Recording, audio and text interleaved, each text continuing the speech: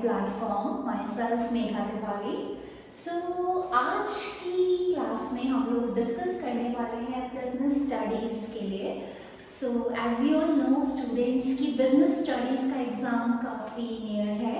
It's on 25th of March. So mark this date, 25th of March को हमारा business studies का exam. 80 marks का ये exam है, थ्योरी की वेटेज है. राइट, आप स्टार्ट कर सकते हो अभी से. जैसे कि बुक 1 बहुत ज़्यादा इंटरेस्टिंग है, आई एम टेलिंग यू. जैसे फर्स्ट चैप्टर आपका nature and significance of management के ऊपर बेस्ड है, जहाँ पे कंप्लीटली डिस्कस किया जा रहा है मैनेजमेंट के कॉन्सेप्ट्स के ऊपर. मैनेजमेंट क्या है, मैनेजमेंट की इंपॉर्टेंस क्या है, फीचर्स क्या है. राइट, मैनेजमेंट को बहुत अच्छे तरीके से एक्सप्लेन किया गया है. सेकेंडली अगर देखा जाए प्रिंसिपल्स ऑफ मैनेजमेंट, जो कि आपका सेकेंड चैप्टर है बुक 1 का, वहाँ पे आपको गाइडलाइंस बताई गई है, प्रिंसिपल्स बताए गए हैं जिसको आपको फॉलो करना बहुत ज़्यादा ज़रूरी है. ठीक है, वहाँ पे हेनरी फ्योल के बारे में बताया गया है, फादर ऑफ मैनेजमेंट, जिन्होंने बहुत अच्छे 14 प्रिंसिपल्स बनाए हैं प्रैक्टिस एंड एक्सपेरिमेंट्स के ऊपर.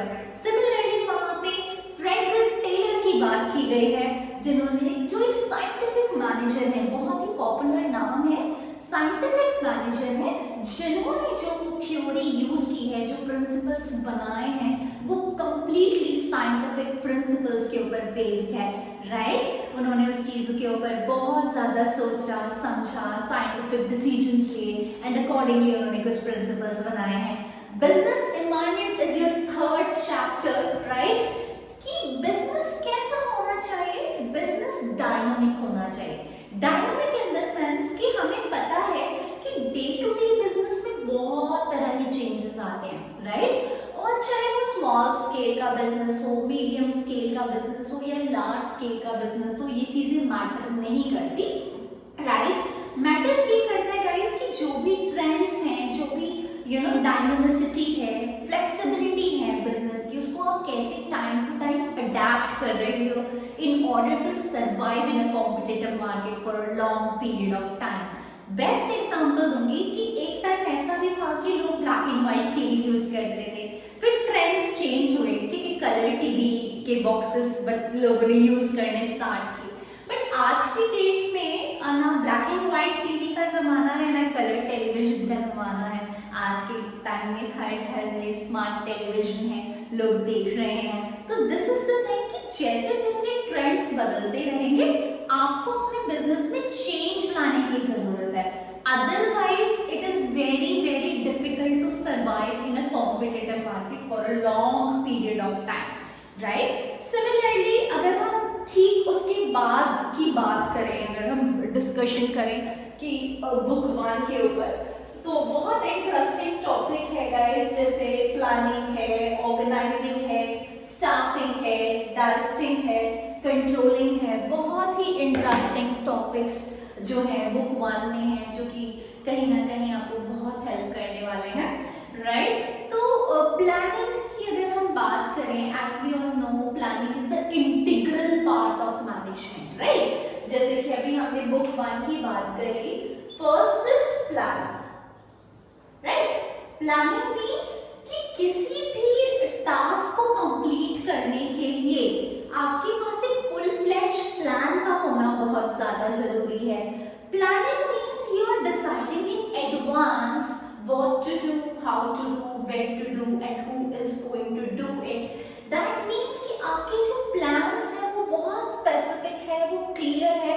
मुझे पता है कि अगले 5 साल में मैं कहाँ पहुँचूंगी.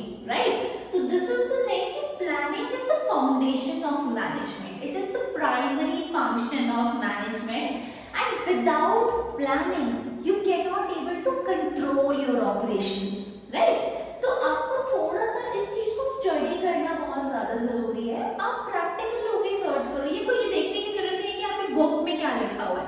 प्लानिंग, अगर मैं एक बिजनेस वुमेन के पॉइंट ऑफ व्यू से सोचूं, अगर मैं एक स्मॉल स्केल बिजनेस सेटअप करना चाहती हूँ या एक मीडियम स्केल बिजनेस सेटअप करना चाहती हूँ, तो आप एक एंटरप्रेन्योर के अकॉर्डिंगली सोचो कि एक प्लानिंग कितनी ज्यादा इंपॉर्टेंट रोल प्ले करेगी आपके बिजनेस को सक्सेसफुल बनाने के लिए.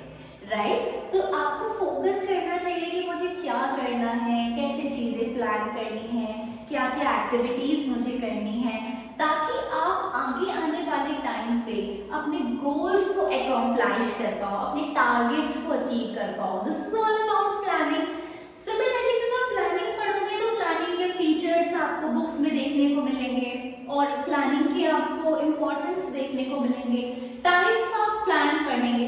पर जब आपका थीम क्लियर होगा ना कि टॉपिक में आप करने क्या वाले हो, प्लानिंग क्यों मैनेजमेंट के लिए इतना इंपॉर्टेंट रोल प्ले करती है, तो आपके कॉन्सेप्ट्स ऑटोमेटिकली क्लियर हो जाएंगे।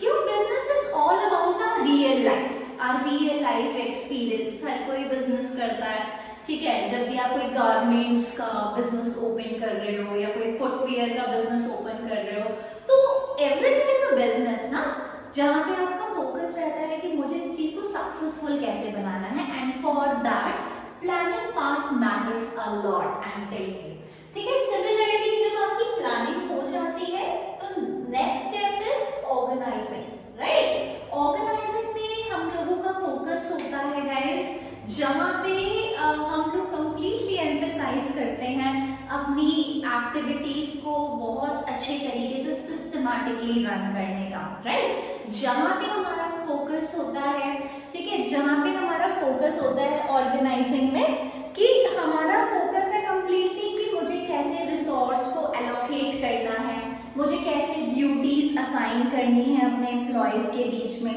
राइट। सिमिलरली मेरा फोकस रहेगा कि जैसे किसी भी पर्टिकुलर टारगेट को कंप्लीट करने के लिए मुझे कितने रिसोर्सेज की जरूरत है, कैसे मुझे चीजों को प्लान करना है, कैसे मैं रिसोर्सेज एलोकेशन पे ध्यान दूं, ड्यूटीज असाइनमेंट पे फोकस करूं।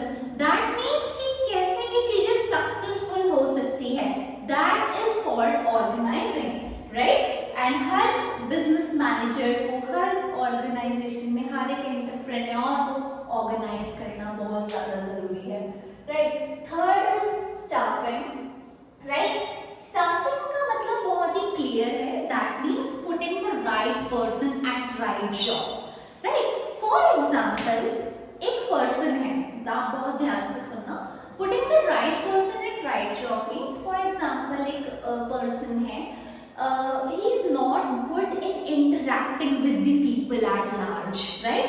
मतलब वो थोड़ा सा हेजिटेट कर रहे हैं लोगों से बातचीत करने में, इंटरैक्ट करने में, अपनी क्लाइंट्स से बातचीत करने में उनको एक हेजिटेशन आ रही है, एंड मैं फोर्सफुली उनको मार्केटिंग का काम दे रही हूँ कि आपको तो हम मार्केटिंग का ही काम देंगे, राइट। तो he is not good in that, he is not good in dealing with the people, right? He is hesitating somehow due to any so whatsoever reason.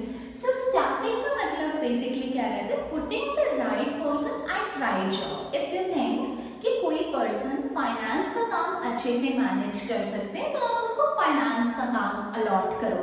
अगर आपको लगता है कोई person is very good in marketing तो आपको उनको marketing का काम असाइन करना चाहिए। सिमिलरली आपको लगता है कि कोई पर्सन प्रोडक्शन या सेल से रिलेटेड काम अच्छे से हैंडल कर लेंगे तो आपको उसी हिसाब से, उनके इंटरेस्ट के हिसाब से, उनकी कैपेबिलिटीज के हिसाब से ड्यूटीज असाइन करनी चाहिए। ये बहुत जरूरी है। इससे फायदा क्या होगा, एक तो सपोज मान लो if I am good in the marketing part, मुझे लोगों से बात करना अच्छा लगता है, इंटरैक्ट करना अच्छा लगता है, तो मैं डेफिनेटली उस काम को और बेटर तरीके से कर पाऊंगी, राइट। और सिमिलरली इससे क्या होगा, इससे मैं रिसोर्सेज को प्रॉपर तरीके से यूटिलाइज कर पाऊंगी, साथ के साथ बेटर तरीके से परफॉर्म कर पाऊंगी इस पर्टिकुलर ऑर्गेनाइजेशन में। तो staffing is very important. Sometimes क्या होता है कि अगर आप स्टाफिंग से रिलेटेड अच्छे डिसीजंस नहीं लेते हो, आप फोर्सफुली किसी पर्सन को असाइन कर रहे हो कुछ टास्क, ऐसे टास्क जिसमें वो फिट नहीं बैठता है, तो it will be a hurdle for them and as well as for your organisation as well, जहाँ पे आप रिसोर्सेज को प्रॉपर तरीके से यूटिलाइज नहीं कर पाओगे और आपको एक अच्छा रिजल्ट भी नहीं मिलेगा, right. Similarly directing, right. Directing क्या होता है, बहुत इंपॉर्टेंट है। डायरेक्टिंग का मतलब सिर्फ और सिर्फ अपने टीम मेंबर्स को या अपने एम्प्लॉयज को इंस्ट्रक्शंस देना नहीं होता। समटाइम्स जब भी मैं बात करती हूँ या किसी स्टूडेंट से क्वेश्चन पूछती हूँ कि आपको डायरेक्शन से क्या समझते हो आप, डायरेक्टिंग जो कि मैनेजमेंट का एक बहुत इंपॉर्टेंट फंक्शन है, प्रोसेस है, उससे आप क्या समझते हो? तो स्टूडेंट्स आंसर करते हैं मैम डायरेक्शंस देना, इंस्ट्रक्शंस देना। नो, डायरेक्टिंग का मतलब सिर्फ इंस्ट्रक्शंस तक आके खत्म नहीं हो जाता है। Directing is beyond beyond with the terminology of instructions. जैसे डायरेक्टिंग में हम लोगों का फोकस होता है लोगों को गाइड करना, उनको मोटिवेट करना, be a team leader rather than being a manager of this organization, you need to be a good leader। और good leader कौन होते हैं? जो टाइम टू टाइम अपने टीम मेंबर्स को इंस्ट्रक्शंस तो देते हैं, उनको गाइड भी करते हैं, उनको मोटिवेट भी करते हैं, उनको इन्फ्लुएंस करते हैं उनके बिहेवियर को, ताकि आपके गोल्स जो हो वो टाइम पे अचीव हो। उनको सुपरवाइज करना, अगर वो गलती कर रहे हैं तो कहाँ पे वो लैग कर रहे हैं, कैसे वो अपनी गलती के अंदर एक अच्छी इंप्रूवमेंट लेकर आ सकते हैं ताकि वो गलतियाँ दोबारा रिपीट ना हो। तो this is all about directing. Similarly जब डायरेक्शंस खत्म हो जाती है तो बात आती है कंट्रोलिंग की, और यहीं पे आपका जो बुक 1 है वो फिनिश हो जाता है। जैसे इसके ऊपर आप देखेंगे कि पहला चैप्टर आपका nature and significance of management है, दूसरा आपका प्रिंसिपल्स ऑफ मैनेजमेंट है, थर्ड चैप्टर आपका बिजनेस एनवायरनमेंट है। उसके बाद आपके ये सारे चैप्टर्स शुरू हो जाते हैं, प्लानिंग, ऑर्गेनाइजिंग, स्टाफिंग, डायरेक्टिंग और कंट्रोलिंग, जो कि आपका क्या है? Process of management, process of management है, राइट? या प्रोसेस की जगह हम क्या लिख सकते हैं? Functions of management, right? Process हो या फंक्शन हो, बोथ आर सेम थिंग्स। तो आपको बहुत ज्यादा फोकस करने की जरूरत है इन सारी टर्मिनोलॉजीज के ऊपर। तो आते हैं अब आखिरी कंट्रोलिंग के ऊपर। So controlling is the last function of the management, but not the least function of management, guys. क्योंकि आप जितने मर्जी प्लान्स बना लो, अगर आप अपने ऑपरेशंस के ऊपर कंट्रोल करना नहीं चाहते तो it is useless, I am telling you. तो बेसिकली गाइस आपको यहाँ पे फोकस क्या करना है कि जो भी आप प्लान्स बना रहे हो, मेक श्योर कि आप उसको प्रॉपर तरीके से कंट्रोल कर पाओ, अपनी एक्टिविटीज को कंट्रोल कर पाओ। फॉर एग्जाम्पल एक 12th का बच्चा सोच रहा है कि मैं 99% स्कोर करना चाहता हूँ, 100 में बहुत ज्यादा हो जाता है, बट यस अगर मेरी एक्सपेक्टेशन है कि मैं 12th क्लास की स्टूडेंट हूँ और मेरा मन है, मेरी डिजायर है कि मैं इतना हार्ड वर्क करूँ कि मैं 99% तो एटलीस्ट स्कोर करूँ, ठीक है, 12th बोर्ड में। I am making proper plans, मैंने एक टाइम टेबल बना के अपने बेडरूम में लगा दिया है, राइट? स्टडी टेबल को पूरा ऑर्गेनाइज कर दिया है, मेरा एक पूरा फुल फ्लैश प्लान रेडी है गाइस कि मुझे क्या करना है, मतलब इस पर्टिकुलर 99% टारगेट को हिट करने के लिए मुझे क्या क्या चीजें प्लान अप करनी है, right?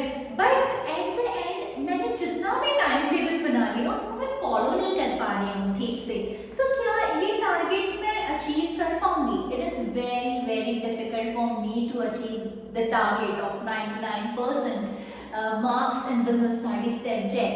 So basically the thing is, yes, it's good you're making plans, but at the same time you need to organize the activities in a well effective manner. And apart from that guys कि आपको अपने control करना पड़ेगा, operations पे control करना पड़ेगा। अगर मैं पूरा दिन सोशल मीडिया पे एक्टिव हूँ, मैं चैट्स कर रही हूँ अपने फ्रेंड्स के साथ, बहुत गॉसिप्स कर रही हूँ, घूम रही हूँ, एंटरटेनमेंट हो रहा है पूरा दिन, तो नहीं हो पाएगा ये अचीव, सिंपल सी बात है। एंड अगर मैं एक्चुअली अचीव करना चाहती हूँ then I need to make a very good efforts for the same. So this is the thing कि आप जितनी मर्जी प्लानिंग कर लो, ध्यान से सुनना, आप जितनी मर्जी प्लानिंग कर लो, अगर आप अपनी ऑपरेशंस पे कंट्रोल करना नहीं जानते हो ना, तो your planning is useless, your planning is meaningless without controlling. So yes, you need to focus on कि कैसे मैं एक बेटर प्लान्स कैप्चर कर पाऊँ और कैसे मैं चीज़ों को कंट्रोल कर पाऊँ ताकि मेरे टारगेट्स अचीव हो पाए on time, right? So guys, thank you so much. This was all the process of management, functions of management, जिसके ऊपर आपकी पूरी बुक 1 बेस्ड है, entirely based on management, right? तो focus on your concepts part rather than the rote learning process, right? आप अच्छे से concepts पे ध्यान दो. आप जितना भी पढ़ रहे हो आप बहुत better तरीके से पढ़ो. And if you have any doubts, any queries in regard to business studies की मैम और कैसे हम प्रैक्टिस कर सकते हैं, हमारी अप्रोच कैसी होनी चाहिए, if you have any doubts over any topic, चाहे वो बुक 1 का हो, बुक 2 का हो, आप मुझे कमेंट सेक्शन में बता सकते हैं. I definitely help you out, right? So इन दिनों मैं एक्टिव भी रहूंगी यूट्यूब प्लेटफॉर्म पे, क्योंकि 25 मार्च को आप सब लोगों का एग्जाम है. अगर आपको लग रहा है स्पेसिफिकली आपको कोई टॉपिक पढ़ना है बिजनेस स्टडीज का जिसमें आपको डाउट्स हैं, कोई क्वेरीज हैं, जिसमें आप चाह रहे हैं कि मैं एक प्रॉपर वीडियो डालूं, तो आप प्लीज कमेंट सेक्शन में बता सकते हैं. Thank you so much guys. अगर आपको वीडियो अच्छी लगी तो you can like, share and subscribe. Thank you so much. That's all for today.